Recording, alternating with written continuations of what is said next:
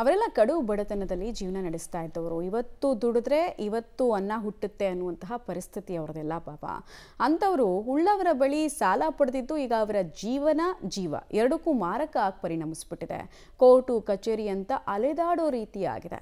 ಯಾವ ಕುಟುಂಬ ಮತ್ತು ಏನಾಗಿದೆ ಅವ್ರ ಜೊತೆಗೆ ಅನ್ಯಾಯ ಅನ್ನೋದ್ರ ಡೀಟೇಲ್ಸ್ ಇದೆ, ನೋಡೋಣ. ಸಾಲ ಪಡೆದು ಬೀದಿಗೆ ಬಿದ್ದ ಬಡ ಕುಟುಂಬ. 5 ಲಕ್ಷ ಕೊಡದಿದ್ರೆ ಕೇಸ್ ಹಾಕುವ ಬೆದರಿಕೆ. ಗ್ರಾಮದ ಹಲವು ಬಡ ರೈತರಿಗೆ ಫೈನಾನ್ಸ್ ದೋಖ. ಗ್ರಾಮದ ಮುಖಂಡನ ವಿರುದ್ಧ ದೂರು ದಾಖಲು. ದಾವಣಗೆರೆ ಜಿಲ್ಲೆಯ ಚನ್ನಗಿರಿ ತಾಲೂಕಿನ ಸಂಗಹಳ್ಳಿ ಗ್ರಾಮದಲ್ಲಿ ಅಶೋಕ್ ಕುಟುಂಬ ಅರ್ಧ ಎಕರೆ ಜಮೀನಿನಲ್ಲಿ ವ್ಯವಸಾಯ ಮಾಡಿ ಜೀವನ ಸಾಗಿಸುತ್ತಿದ್ದರು. ಆದರೆ ಮನೆಯಲ್ಲಿ ಶುಭ ಸಮಾರಂಭ ಎಂದು ಚಿರಡೋಣೆ ಗ್ರಾಮದ ನಾರಾಯಣಮೂರ್ತಿ ಬಳಿ 2 ಚೆಕ್ಗಳನ್ನು ನೀಡಿ 1 ಲಕ್ಷ ಹಣ ಸಾಲವಾಗಿ ಪಡೆದಿದ್ರು. ಬಳಿಕ ಹಂತ ಹಂತವಾಗಿ 1,70,000 ಹಣವನ್ನು ನೀಡಿ ಸಾಲ ತೀರಿಸಿದ್ರು. ಆದರೆ ಚೆಕ್ ಮಾತ್ರ ವಾಪಸ್ ಕೊಟ್ಟಿರಲಿಲ್ಲ. ನನ್ನ ಮಗ ಎಲ್ಲ ಚೆಕ್ಗಳನ್ನು ಸುಟ್ಟು ಹಾಕಿದ್ದಾನೆ ಎಂದು ಸಬೂಬು ಹೇಳಿದ್ದಾನೆ. ಈಗ 5 ವರ್ಷಗಳ ನಂತರ 5 ಲಕ್ಷ ಕೊಡಬೇಕು ಎಂದು ಹೇಳಿ 1 ಲಕ್ಷ ಸಾಲ ಪಡೆದಾಗ ಇಟ್ಟಿದ್ದ ಚೆಕ್ ತೋರಿಸಿ ಚೆಕ್ ಬೌನ್ಸ್ ಕೇಸ್ ಹಾಕಿದ್ದಾರೆ. ನಾನು ಅವ್ರ ಹತ್ರ 2018ರಲ್ಲಿ ನನ್ನ ಮದುವೆಗೆ ಅಂತಂದೇಳಿ 1 ಲಕ್ಷ ರೂಪಾಯಿ ಸಾಲ ಇಸ್ಕೊಂಡಿದ್ದೆ ಸರ್. ಅದರ ಸೆಕ್ಯೂರಿಟಿಗೋಸ್ಕರ ಒಂದು ಖಾಲಿ ಚೆಕ್ ಕೊಟ್ಟಿದ್ದೆ ಸೈನ್ ಮಾಡಿಸಿ. ಅವಾಗ ಅದನ್ನು ನಾನು 2018ರಲ್ಲಿ ಇಸ್ಕೊಂಡಿದ್ದು 2019-20ರಲ್ಲಿ 2 ಬೆಳೆ ಭತ್ತ ಮಾಡಿ 4 ಬೆಳೆ ಅವ್ರಿಗೆ ಭತ್ತ ಬಿಟ್ಟಿದ್ದೀನಿ ಸರ್. ಭತ್ತ ಬಿಟ್ಟು ಬಡ್ಡಿ ಸಮೇತ ಎಲ್ಲ ಸಾಲನೆಲ್ಲ ಕೊಟ್ಟಿದ್ದಾರೆ.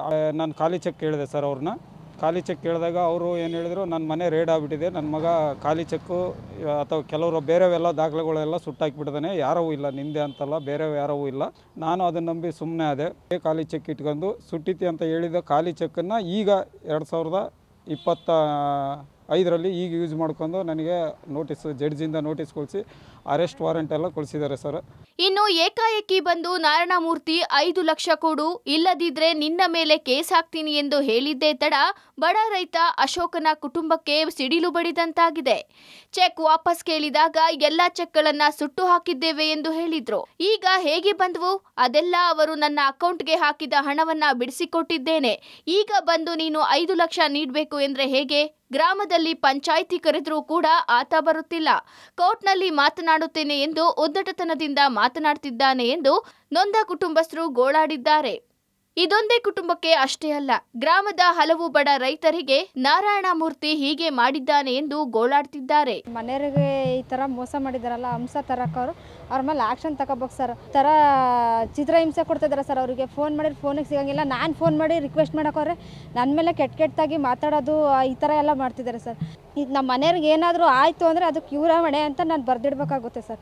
ನಾವು 5 ಲಕ್ಷ ಕೊಡೋಕ್ಕಾಗಲ್ಲ ಸರ್. ನಾವು ಇಸ್ಕೊಂಡೇ ಇಲ್ಲ ಅಂದರೆ ನಾವು ಹೆಂಗೆ 5 ಲಕ್ಷ ಕೊಡೋಕ್ಕಾಗುತ್ತೆ ಸರ್? ಹಾಂ ಸರ್, ಕೋರ್ಟಿಗೆ ಹಾಕಿದ್ದಾರೆ. ಈಗ ಅರೆಸ್ಟ್ ವಾರೆಂಟು ಕಳಿಸಿದ್ದಾರೆ ಸರ್ ಅವರು. ಹಾಂ ಸರ್, ಭಾಳ ಜನ ಇದ್ದಾರೆ, ಊರಲ್ಲೆಲ್ಲ ಭಾಳ ಜನ ಇದ್ದಾರೆ ಸರ್. ಅವ್ರಿಗೆಲ್ಲರಿಗೂ ಹಿಂಗೆ ಬೆದರಿಸ್ತಾ ಇದ್ದಾನೆ ಸರ್ ಅವರು. ಭಾಳ ಕುಟುಂಬಕ್ಕೆ ಅನ್ಯಾಯ ಮಾಡ್ತಿದ್ದಾರೆ ಸರ್ ಅವರು, ಬಡ್ಡಿ ದಂಧೆ ಮಾಡಿಕಂತ. ಸರ್ ನಾವು ಸಾಲ ಬರ್ಸಿರೋದು ಸ್ವಲ್ಪ ಇಸ್ಕೊಂಡಿರ್ತೀವಿ ಸರ್, ನಾವು ಕಷ್ಟ ಅಂತ ಇಸ್ಕೊಂಡಿರ್ತೀವಿ, ಅದನ್ನು ತೀರ್ಸಿರ್ತೀವಿ ನಾವು. ಬೆಳೆ ಬೆಳೆದಲ್ಲಿ ಆ ಥರ ಎಲ್ಲ ತೀರ್ಸಿರ್ತಾವೆ ಸರ್. ಆದರೂ ಅವರು ಸಾಲ ಕೊಟ್ಟೇ ಅಲ್ಲ, ಪತ್ರಗಳು ಕೊಡಲ್ಲ ಸರ್. ವಾಪಸ್ ಕೇಳಿದಾಗ ವಾಪಸ್ ಕೊಡಲ್ದಂಗೆ ಇಟ್ಕೊಂಡು 1 ವರ್ಷ 2 ವರ್ಷ ಆದಮೇಲೆ ಮತ್ತೆ ನೀವು ದುಡ್ಡು ಕೊಡಬೇಕು ಹಾಗೆ ಹೀಗೆ ಅಂತೇಳಿ ಮತ್ತೆ ನಮ್ಮ ಮೇಲೆ ಕಂಪ್ಲೇಂಟ್ ಮಾಡೋದು, ಸ್ಟೇಷನಿಗೆ ಕರೆಸೋದು, ಇದನ್ನು ಮಾಡ್ತಾರೆ ಸರ್ ಅವರು. ಆದರೆ ಈಗ ಪ್ರೆಸೆಂಟಾಗಿ 5 ತಿಂಗಳಿಂದ ನಮ್ಮ ಮೇಲೆ ಕಂಪ್ಲೇಂಟ್ ಕೊಟ್ಟಿದ್ದಾರೆ ಸರ್. ಮನೆ ರೈಡ್ ಆಗಿ ಕಳ್ತನಾಗಿತ್ತು ಅಂತಂದೇಳಿ. ಈಗ ಅವತ್ತು ನಮಗೆ ಬೆದರಿಸಿ ಮತ್ತೆ ಖಾಲಿ ಪತ್ರಕ್ಕೆ ಸೈನ್ ಮಾಡಿಸ್ಕೊಂಡನು ಸರ್ ಅವನು, ಬಾಂಡ್ ಪೇಪರಿಗೆ. ಈಗ 3 ತಿಂಗಳು ಕೆಳಗೆ ಸರ್ ಅದು. ಈ ಥರ ಮಾಡಿ ಡಿಸೆಂಬರಿಗೆ ನನಗೆ 1.5 ಲಕ್ಷ ರೂಪಾಯಿ ನೀನು ದುಡ್ಡು ಕಟ್ಟಬೇಕು, ಇಲ್ಲಾಂದರೆ ನಾನು ಕೋರ್ಟಿಗೆ ಹೋಗ್ತೀನಿ, ಕೇಸ್ ಹಾಕ್ತೀನಿ ಮತ್ತೆ ನಿನ್ನ ಮೇಲೆ ಅಂತ ದಬ್ಬಾಳಿಕೆ ಮಾಡ್ತಾನೆ ಸರ್. ಇದೇ ಥರನೇ ಭಾಳ ಜನಕ್ಕೆ ಮಾಡ್ತದಾನೆ ಸರ್. ಒಟ್ಟಾರೆಯಾಗಿ ಸಾಲ ಪಡೆದಿದ್ದೇ ಈ ಬಡ ರೈತನಿಗೆ ಶಾಪವಾಗಿ ಪರಿಣಮಿಸಿದ್ದು, ಅನ್ಯಾಯ ಮಾಡಿದ ಗ್ರಾಮದ ಮುಖಂಡನ ವಿರುದ್ಧ ಬಸವಪಟ್ಟಣ ಪೊಲೀಸ್ ಠಾಣೆಯಲ್ಲಿ ಬಡ ರೈತ ಕುಟುಂಬ ದೂರು ನೀಡಿದ್ದು, ನ್ಯಾಯಕ್ಕಾಗಿ ಪರದಾಡುವ ಪರಿಸ್ಥಿತಿ ಬಂದೊದಗಿದೆ.